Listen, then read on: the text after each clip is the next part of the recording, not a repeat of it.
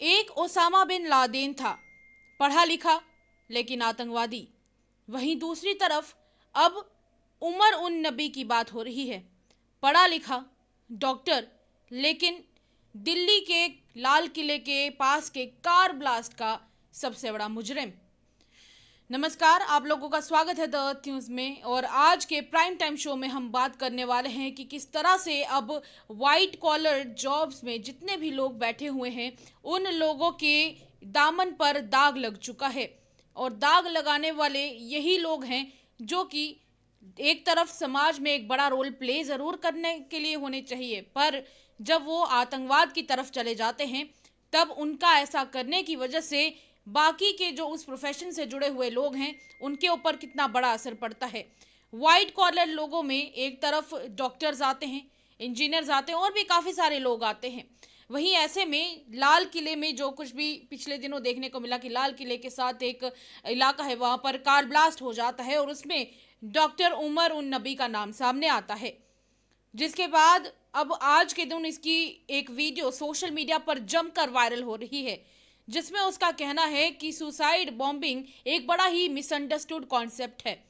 उसका ये बयान ये साफ तौर पर बताता है कि उसके मन के अंदर किस तरीके से आतंकवाद भरा जा चुका है।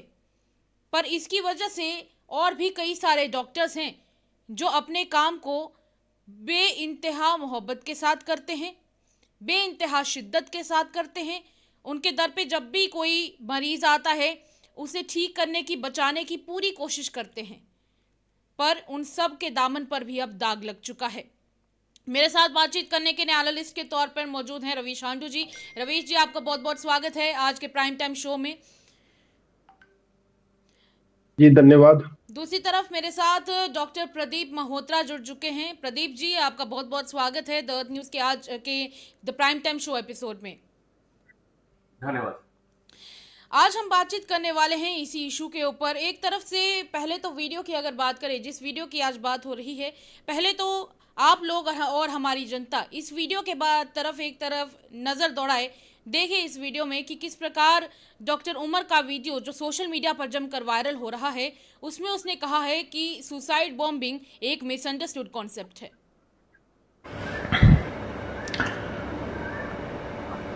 One of the very misunderstood concept is concept of what has been labeled as suicide bombing. It is martyrdom operations, and it is being known in Islam. There are multiple contraindications, there are multiple arguments that have been brought against it. Martyrdom operations: when a person presumes that he is going for sure die at a particular place at a particular time, he goes against the presumption that a particular is going to die in a particular situation. It's not, we don't have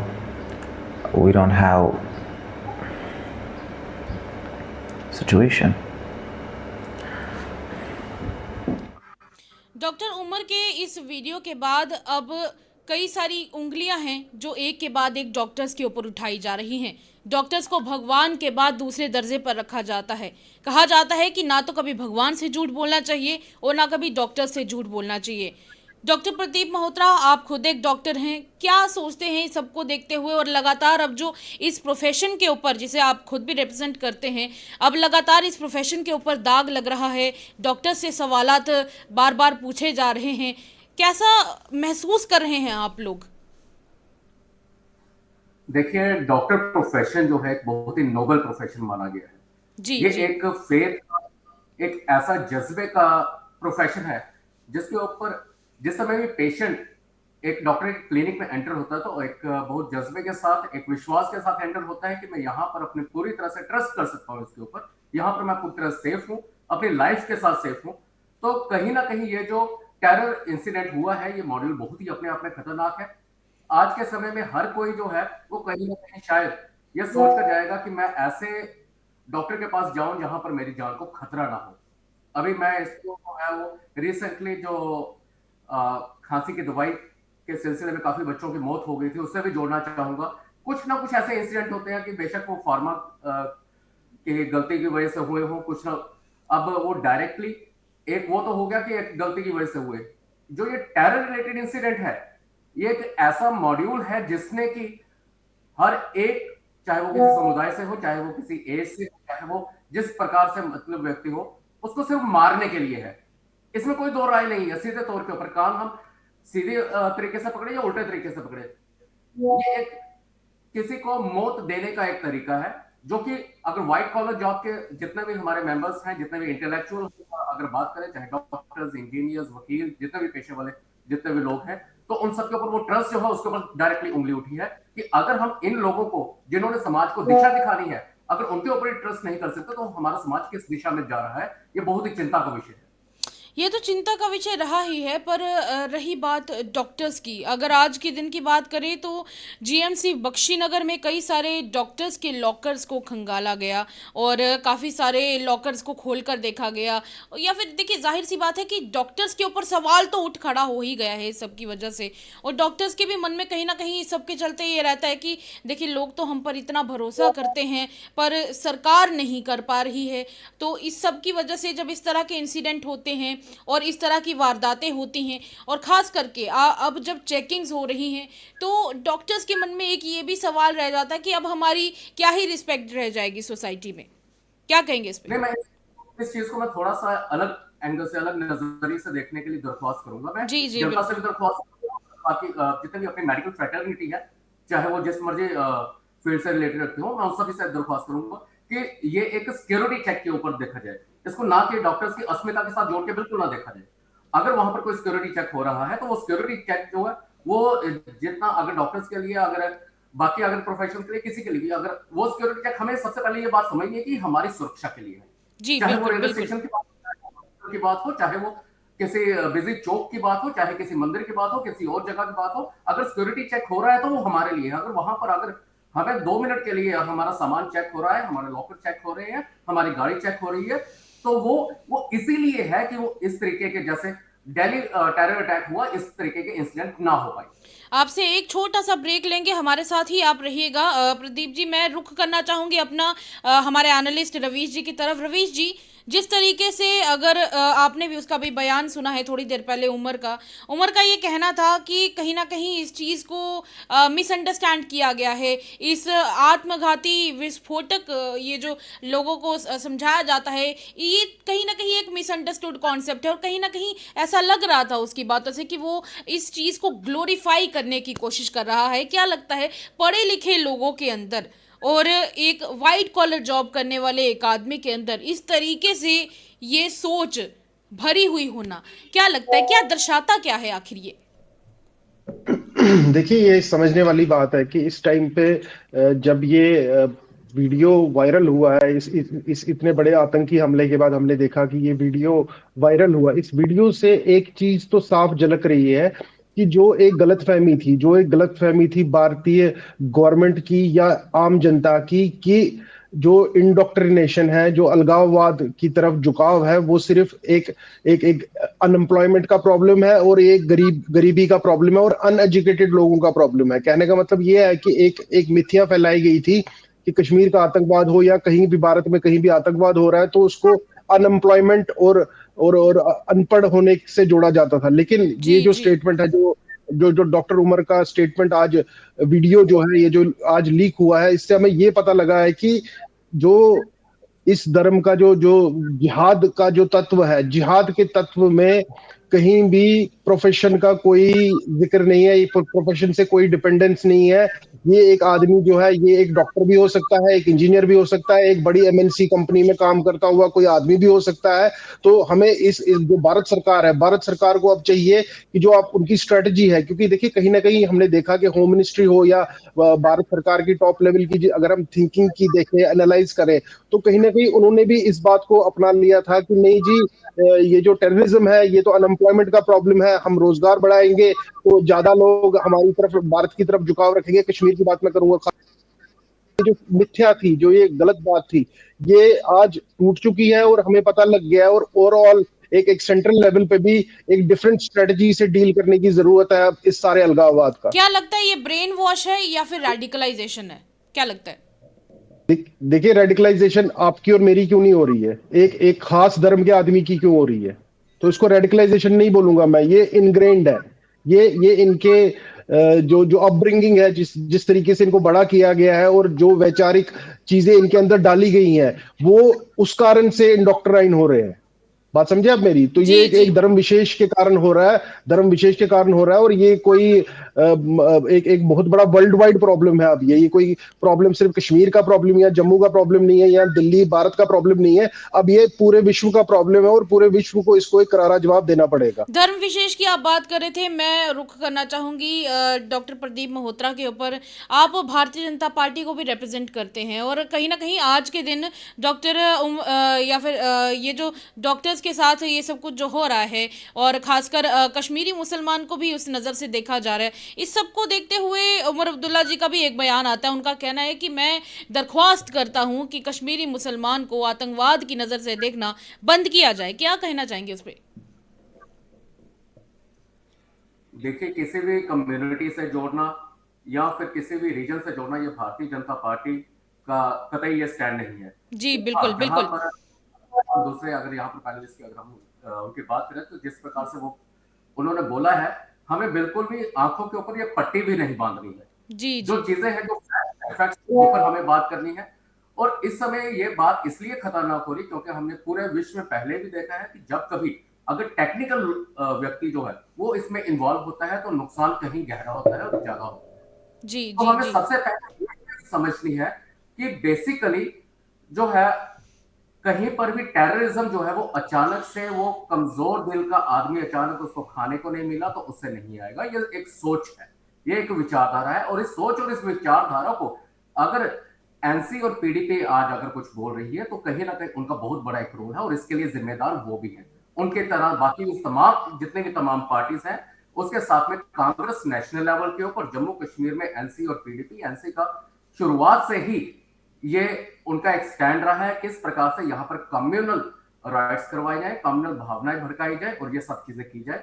और उस समय जो एक छोटा बच्चा है, बच्चे ने जब वही खून खराबा देखा, वही सारा देखा, तो उसके मन में और नफरत फैलती है और वही सारी चीजें इस तरीके की और करती है। और ये बात अलग है कि उसके साथ में वहां पर ड्रग्स का जो है वो भी मल्टीफैक्टोरियल उसमें पॉइंट ऐड होगा। उसमें जो पैसे का संचार है, चाहे हवाला मनी से है, कैसे भी है, वो भी सारा ऐड होगा। लेकिन राजनीतिक दल एनसी और पीडीपी, इनका भी रोल कहीं पर ये कम नहीं है।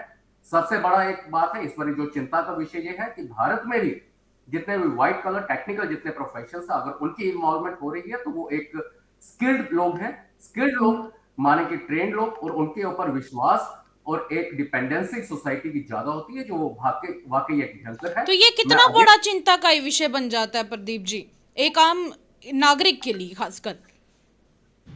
बिल्कुल, क्योंकि आपको एक डिपेंडेंट होना पड़ता है उनकी टेक्निकल सर्विसेज के ऊपर डिपेंडेंट। अगर हमारे पास पेशेंट आता है तो पेशेंट हमारे ऊपर डिपेंडेंट है। अगर कोई इंजीनियर है तो एक आम जो व्यक्ति है वो अगर किसी को मारने निकलेगा वो एक व्यक्ति को मारेगा। लेकिन अगर एक डॉक्टर, एक इंजीनियर या इस प्रकार का कोई और व्यक्ति आता है तो वो हो सकता है कि वो हजारों लाखों को मारने के काम में भी लग सकता है। तो इसलिए बहुत गंभीर विषय है, चिंता का विषय है और इसकी ग्राउंड लेवल तक इसके ऊपर सुरक्षा एजेंसीज को काम करना पड़ेगा। और मैं एक और चेताना चाहूंगा कि हमारे कुछ social media so called experts भी बनते हैं जो कि इसको ज्यादा तौर के ऊपर ऐसा रंग देने की कोशिश कर रहे हैं कि एक कम्युनिटी विशेष को जो है टारगेट किया जा रहा है। तो मैं ये बताना चाहूंगा हमारी सिक्योरिटी एजेंसीज पूरी तरह से प्रोफेशनल है, दे आर प्रोफेशनल पीपल जो कि फैक्ट्स के ऊपर बात करते हैं। तो ये जितना भी बेबुनियाद का प्रोपेगेंडा फैलाने की कोशिश की जा रही है, इसमें कोई भी कम्युनिटी बेस्ड अप्रोच उनकी भी नहीं है। और बिल्कुल पाताल तक भी जिस प्रकार के हमारे गृह मंत्री अमित शाह जी ने बयान दिया है, उनको छोड़ा नहीं जाएगा जो इसके लिए जिम्मेदार है। देखिए वही बात आ जाती है कि जो हमको छेड़ेगा हम उसको छोड़ेंगे नहीं। और दूसरी तरफ चलिए आगे बढ़ते हैं, इसी के बारे में बात करेंगे कि क्योंकि देखिए रेडिकलाइजेशन की बात हो रही है, किसी के विचार को बदल देने की बात हो रही है, और कहीं ना कहीं जिस तरीके से उस वीडियो को अगर ध्यान से देखा जाए, एक बात तो और भी समझ आती है रवीश जी, मैं आपसे बात कर रही हूँ कि वीडियो को अगर ध्यान से देखा जाए तो वीडियो में समझा जा सकता है कि उसको इस बात का कहीं पर भी कोई शुरुआती एक रिमॉर्स हम जिसे कहते हैं कि कोई भी अफसोस नहीं है कि मैं कुछ ऐसा करने जा रहा हूँ, इतने लोगों की जान इसमें जा सकती है, क्योंकि पहले से ही उसे सुसाइड बॉम्बिंग की बात रख दी थी बीच में। और इससे ये बात कहीं ना कहीं समझ में आ रही है कि उसको इस सब को लेकर कोई भी रिमॉर्स नहीं है, कोई भी गिल्ट नहीं है कि मैं कुछ ऐसा करने जा रहा हूँ, जिसे आम भाषा में कहते हैं कि ऐसा कुछ करने से पहले हाथ कांपना। तो क्या लगता है ये चीज़ कितनी डीप ऐसे लोगों के सबकॉन्शियस माइंड में भर दी जाती है? देखिए, ये बात समझने वाली है कि जो ये प्रॉब्लम है, ये प्रॉब्लम की शुरुआत एक बहुत ही कॉमन टर्म से होती है, जो हमने सबने सुनी है। वो है गजवाए हिंद। देखिए, गजवाए हिंद जो है कि भारत पे कब्जा करना और भारत में उसको पूरा इस्लामाइज करना, ये एक मोटिव है। और मैं एक चीज और बताना चाहूंगा। देखिए, पाकिस्तान और आतंकवादी जो हैं वो जो करते हैं उन्होंने करना है, लेकिन हमें बचाएगा कौन? हमें बचाएगी भारत सरकार, और भारत सरकार की सही सोच। आपको ये समझना पड़ेगा, आज के दिन जब पाकिस्तान में 27th अमेंडमेंट हुई है कॉन्स्टिट्यूशन में, जहां पर कि आज तक का जो मेरा एनालिसिस कहता है कि आज तक का सबसे स्ट्रॉन्गेस्ट जो आर्मी लीडर है, जो आसिम मुनीर है, वो बन चुका है इस टाइम। सुप्रीम कोर्ट से भी ऊपर, प्रधानमंत्री से ऊपर तो वो था ही।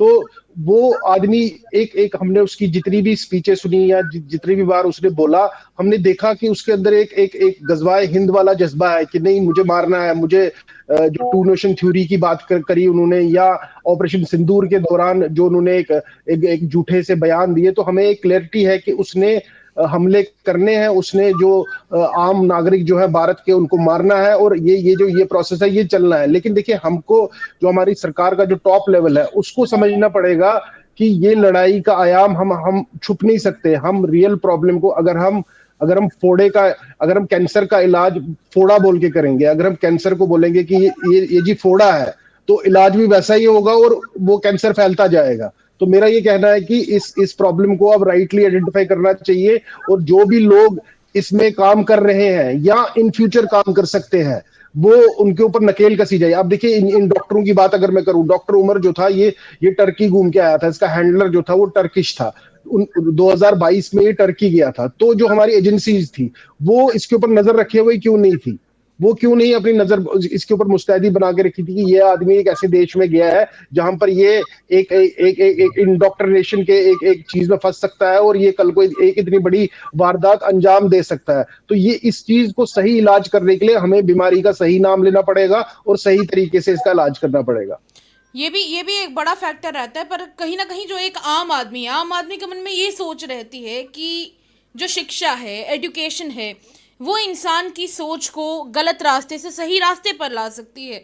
और इसीलिए ऐसा बच्चों को भी स्कूलों में पढ़ाया जाता है कि जब आप when you go from when you are educating yourself, you go from darkness to the light. पर फिर भी एजुकेशन मिलने के बावजूद, और वो भी अच्छी खासी एजुकेशन मिलने के बावजूद, जहाँ पर ये सिखाया जाता है कि आपको लोगों की जान बचानी है, जो भी आपके पास है, आपके पास कोई भी पेशेंट आता है, आपको पूरी कोशिश करनी है उसे बचाने की। ह्यूमैनिटी की बात हो रही है, इंसानियत की बात होती है इस प्रोफेशन में। उस सब के बावजूद इस तरह के काम करने के लिए इस आदमी के 2 बार भी, या फिर यूं कहे कि 1 बार भी हाथ नहीं काम पे। और तो और इतनी अच्छी एजुकेशन, क्वालिटी एजुकेशन का भी कोई फर्क नहीं पड़ा। क्या लगता है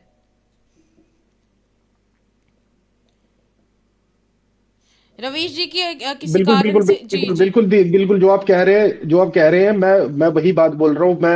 आप पढ़ाई की बात कर रही हैं, मैं मुद्दे की कोर की बात कर रहा हूँ। देखिए, कोर ये है कि जो अगर आप सोच रहे हैं कि आप कश्मीरी मुसलमान का दिल जीत सकते हैं, तो आप बहुत बड़ी गलतफहमी में थे। जवाहरलाल नेहरू ने भी यही सोचा था। 70 साल से भारत सरकार यही सोच रही है। तो ये इलाज नहीं है कि आप उनके दिल जीतोगे। अब हाईएस्ट लेवल पे आप देखिए कि व्हाइट कॉलर जो society, cream of the society है, अगर वो ऐसा टेररिस्ट अटैक कर सकती है भारत की राजधानी के ऊपर, तो सोचिए कि जो लोग जो मोहल्ले के गुंडे या लुच्चे टाइप लोग होते हैं, जो लो लेवल के लोग होते हैं, जिनका जो IQ लेवल या दिमागी स्तर जो है जो वो कम होता है, वो आदमी क्या कर सकता है? तो पर मेरा देखिए कहना है कोशिश बार बार कोशिश यही तो है। कश्मीरी लोगों की दिल जीतने की अब भी हो रही है।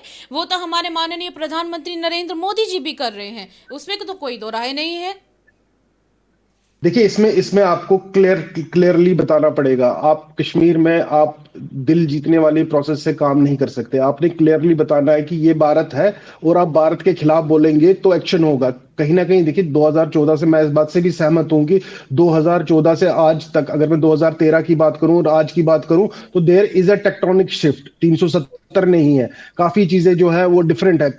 काम हो रहा है, लेकिन मुझे लग रहा है कि काम और तेजी से होना चाहिए, क्योंकि ये मौका हमें मिला है, 370 हटा के जो भारत को ये मौका मिला है कश्मीर में शांति स्थापित करने का, तो इसमें कोई चूक नहीं होनी चाहिए इस बार। तो देखिए बदलाव तो आया है प्रदीप जी, जिस तरीके से बदलाव की बात हो रही है कि बदलाव आया है 370 के खासकर हटाए जाने के बाद से, और कश्मीर में खास करके मिलिटेंसी काफ़ी हद तक घटी है, टेररिज्म काफ़ी हद तक घटा है। पर क्या लगता है कि अभी तक एक हफ्ता हो चुका है और धीरे धीरे अभी भी धीरे धीरे वो लोग सामने आ रहे हैं, उन लोगों को अरेस्ट किया जा रहा है जो टेरर एसोसिएट्स हैं। तो क्या लगता है कि जिस तरीके से इन्वॉल्वमेंट है इस खास करके वाइट कॉलर प्रोफेशन के बीच में, ये कितनी ज़्यादा डीप रूटेड है और कितना आसानी से या फिर कितनी मशक्कत करके इसे निकाला जा सकता है? सबसे पहले तो मैं एक चीज बोलना चाहूंगा, मेरे काबिल दोस्त साथ में जुड़े हुए थे। जी तो जी। मेडिकल टर्मिनोलॉजी में मैं बोलूंगा कि अगर हमारे शरीर में कोई बैक्टीरियल इंफेक्शन हुई है, वायरल इंफेक्शन हुई है, तो हम बंदे को जहर देकर मारते नहीं है, जी हम उस बिल्कुल नहीं। इंफेक्शन का इलाज करते हैं। बिल्कुल बिल्कुल बिल्कुल। तो इस तरीके से अगर हम किसी पर्टिकुलर किसी भी कम्युनिटी की बात करें, अगर इसमें अगर डायरेक्टली हम बात करें कि हाँ भाई, अगर मुस्लिम कम्युनिटी के ऊपर या कश्मीरी कम्युनिटी के ऊपर अगर कोई क्वेश्चन मार्क होने की अगर बात रेज कर रहा है, तो मैं as a Bharatiya Janata party का जिम्मेदार एक जो व्यक्ति होने के कारण मैं एक चीज बोलूंगा कि हमारे लिए कोई भी अछूता नहीं है। और जी जितना जो व्यक्ति, भारतीय जनता पार्टी इस बात में यकीन रखती है कि भारत की जितनी सीमाएं हैं पीओजे के उसमें इंक्लूडेड है, वहां पर जितने भी व्यक्ति हैं वो सारे हमारे हैं, और कोई भी व्यक्ति जो है वो बाहर का नहीं है। तो हमारे लिए अगर कोई बाहरी व्यक्ति नहीं है तो हमने किसी के खिलाफ एक्ट नहीं करना है, हमने उस बीमारी की जड़ तक पहुंचना है। तो उस बीमारी की जड़ तक पहुंचने के लिए हमने उसको, जो इस समय बीमारी फैली हुई है, उसमें हमें कुछ चीजों के ऊपर आज के समय में, जैसे भी वो बीमारी हुई, हम एक इडियोपैथिक टर्म यूज करते हैं, वो बीमारी कैसे हुई, चलो ठीक है, उसके बीच में समझिए, पहले हमने बीमारी का इलाज करना है। तो जिसमें कुछ एक पर्टिकुलर टर्म्स जो है जिसके ऊपर बहुत ज्यादा हमें काम करने की जरूरत है, जिसमें आजकल रेडिकलाइजेशन का सबसे इजीएस्ट वे है, किसी के हाथ में सबसे बड़ा हथियार है उसका एंड्रॉइड मोबाइल फोन। तो जो साइबर इंटेलिजेंस है, और साइबर अगर हम बोले कि आईक्यू लेवल हमारा जो है, हमें उसके ऊपर काम करने की जरूरत है। सोशल मीडिया मॉनिटरिंग की बहुत ज्यादा जरूरत है। डार्क वेब करके अगर हम किसी एक स्पेस की अगर बात करें, तो उसका बहुत बड़ा उसको सर्वेलेंस के ऊपर लाने की कोशिश करते हैं, हम हनी ट्रैप्स होते हैं, ये सारी चीजें बड़ी ज्यादा जरूरी है। और अगर हम इस भी पर्टिकुलर डॉक्टर उमर वाले एंगल में भी अगर हम देखेंगे, तो उसमें जो लेडी डॉक्टर भी साथ में आए, तो वो जी कहीं ना बिल्कुल। कहीं किसी एज ग्रुप के ऊपर, वो पैदा होते ही टेररिस्ट बन गए ऐसा नहीं था, वो टेररिस्ट पैदा हुए ऐसा नहीं था, कहीं ना कहीं in the course of while वो ग्रो अप कर रहे थे, तो उस समय ऐसा हुआ कि वो टेररिज्म की तरफ उनका झुकाव हो गया। वो किस तरीके से हुआ, वो डायरेक्ट कोई उनके पैम्फलेट देगा, किसी ने समझाया, जैसे कि पिछले दिनों कांग्रेस सरकार में काफी ऐसे हमारा राष्ट्रीय स्तर के ऊपर भी व्यक्तियों को सम्मान दिया जाता था, जिनका काम होता था दिन रात गजवाए हिंद के ऊपर बात करना। तो वहां पर हमें यह समझना पड़ेगा कि उन सब चीजों के ऊपर हमें सर्वेलेंस लेनी पड़ेगी। वहां पर जो व्यक्ति वहां पर ऐसा भड़काने की कोशिश कर रहा है, हमें उसको पकड़ना है, ना कि हर एक व्यक्ति के ऊपर उंगलियां पिन पॉइंट करनी है। ये जितने भी व्यक्ति हैं, चाहे कोई भी कम्युनिटी का व्यक्ति हो, वो हमारा अपना है। हमें जरूरत क्या है, अगर हम आज से 20 साल पहले की बात करें, 40 साल पहले की बात करें, तो एक मॉरल एजुकेशन नाम की चीज होती थी, कोई एक मुर्गी होती थी जो कि हमारे सामने होती थी। आज के समय में ऐसा कुछ नहीं है। जी आज के समय में सब्जेक्ट होता था प्रॉपर, जी जी बिल्कुल सब्जेक्ट हुआ करता था। आज के समय में हमें बताया जाता है कि वी हैव टू कम्पीट, हमें कम्पीट करना है, हमें चाहे वो पैसा अर्न करने के लिए, चाहे ऊपर पहुंचने के लिए, चाहे किसी की गर्दन काटनी पड़े, जैसे भी करना पड़ेगा कम्पीट। वो जो ह्यूमैनिटेरियन एंगल था, वो हमें पढ़ाया ही नहीं जा रहा, सिखाया ही नहीं जा रहा। हाँ, एक चीज के ऊपर मैं जरूर उंगली उठाना चाहूंगा कि कहीं ना कहीं हमें एजुकेशन सिस्टम, हमें कॉमन सिविल कोड वगैरह इन सब चीजों के ऊपर जो है वो एक गहराई से विचार करके इनकी इम्प्लीमेंटेशन की तरफ जाना पड़ेगा, ताकि वो बचपन से लेकर नर्सरी क्लास से लेकर ऊपर तक जो है हर एक व्यक्ति को, दूसरे व्यक्ति को सम्मान करना, एक हर एक जिंदगी का जो है सम्मान करना, ये सिखाया गया। उसके बिना ये संभव नहीं है। जी बिल्कुल बिल्कुल बिल्कुल। चलिए, बहुत बहुत शुक्रिया प्रदीप जी, आपने भी आज के हमारे प्राइम टाइम शो में हमारा साथ दिया, बहुत बहुत धन्यवाद। और इसी के साथ आज के प्राइम टाइम शो में हमने बात की कि किस प्रकार से एजुकेशन एक बड़ा चेंज ला सकती है, पर कई ऐसे लोग इसके चलते हमें देखने को मिले, जिसकी दो बड़ी बड़ी एग्जाम्पल्स आज हमने आपके साथ साझा की। एक डॉक्टर उमर और दूसरी तरफ ओसामा बिन लादेन। वहीं अब कोशिश यही की जाएगी कि उन लोगों को आइडेंटिफाई किया जा सके और पकड़ा जा सके जो लोग इस तरह से बच्चों को छोटी उम्र में ही गुमराह करने की कोशिश करते हैं। चलिए, फिलहाल के लिए आज के प्राइम टाइम शो में इतना ही। इजाजत दीजिएगा और प्राइम टाइम शो देखते रहिए। नमस्कार, शुभ रात्रि।